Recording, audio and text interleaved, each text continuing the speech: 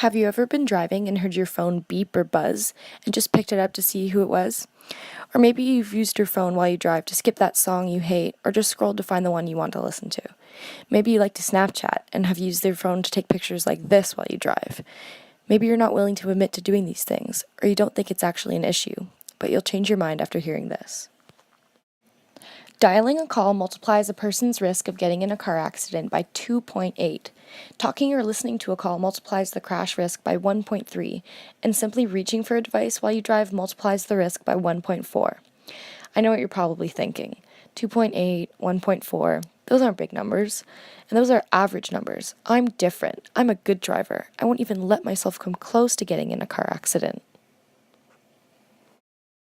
But wait, what about texting and driving? What are the risks for that? Drivers engaged in texting while driving are 23 times more likely to be involved in a car crash.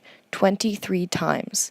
Did you know that using a cell phone while driving contributes to 1.6 million crashes per year? What about the fact that texting while driving is 6 times more likely to cause an accident than drunk driving? Yes, that's right. Someone who's actually mentally and physically impaired by alcohol can drive better than someone sober who is texting. Shocking, right?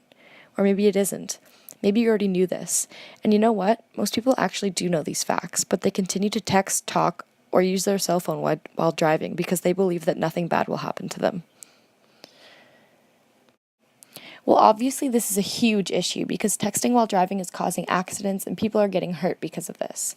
Like I said before, texting while driving causes 1.6 million crashes per year. The age group that gets blamed for the majority of these crashes? Teenagers and new drivers. But, fun fact for you, 48% of young drivers have seen their parents drive while talking on a cell phone. 15% of young drivers have seen their parents text while driving, and 27% of adults have admitted to texting while they drive. And even on top of this, 1 in 5 drivers of all ages admit to surfing the internet while they drive. So let's put this into perspective. Let's say there are 1,200 kids in your school, and about 300 of them have their licenses. If 1 in 5 drivers are using their phones while they drive, that's 60 kids in your school alone who are putting themselves and others at risks. That's 60 kids who might not make it home from school one day, and those are just the kids that have their licenses. Out of those 1,200 students in the school, about 360 of them are being put at risk by their parents or guardians texting, calling, or using their phones while driving. That's 360 more students who are being put at risk, and 360 more cars on the road who are putting others at risk. This is a problem. And a lot of people who text while they drive make excuses for it. One of the most popular excuses is that they hold their phone by the windshield so that they can see out and text at the same time. Okay, so first of all, your eyes can't be in 2 places at once. So in the moments that your eyes are focused on your phone instead of the road, you could be potentially driving off into a pole. Or maybe you're good at multitasking and you're good at staying on the road without looking. But you can't control what other people do. Maybe the driver next to you isn't paying attention either and drives into your lane and bam, you rear end them because you didn't recognize that they were going to come into your lane. So no, holding the phone in front of the windshield doesn't actually make texting and driving any safer. You've probably gotten the message by now. Texting and driving is a huge issue worldwide that is causing a lot of unnecessary deaths, injuries, and damages. So what can be done about this problem?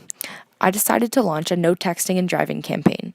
The first thing I did was create an online form that people could access and sign through Google Forms.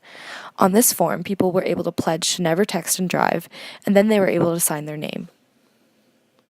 This form was posted on Facebook, Twitter, and Instagram, and was shared a number of times. In total, 138 different people signed the form and pledged to never text and drive.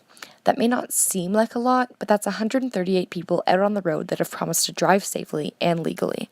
138 safe drivers sounds a whole lot better than 360 unsafe drivers. After the online pledge was sent out, a PSA video was posted on social media with more links to the pledge. The video was a public service announcement outlining the dangers of texting while driving. This too was shared multiple times. The No Texting and Driving campaign was a small one, however it did find a way to touch a wide range of people. Some people who signed the pledge reported that it served as a constant reminder in the back of their mind to never touch their phone while they drove. Some even reported that they were about to pick up their phone while they were driving, but stopped midway through because they remembered the promise that they made. If you're always tempted to check your texts and calls while you drive, here's what you can do to avoid it. Put your phone on silent so that you won't hear it if it rings. If that's not enough, put it in the back seat or in the glove compartment so that you can't access it while you drive. If you seriously can't get through a whole drive without using your phone, use hands-free devices like Bluetooth for calls, automatic replies for texts, and a preset playlist for music. Small changes are the stepping stones towards big changes so that no one ever texts and drives again.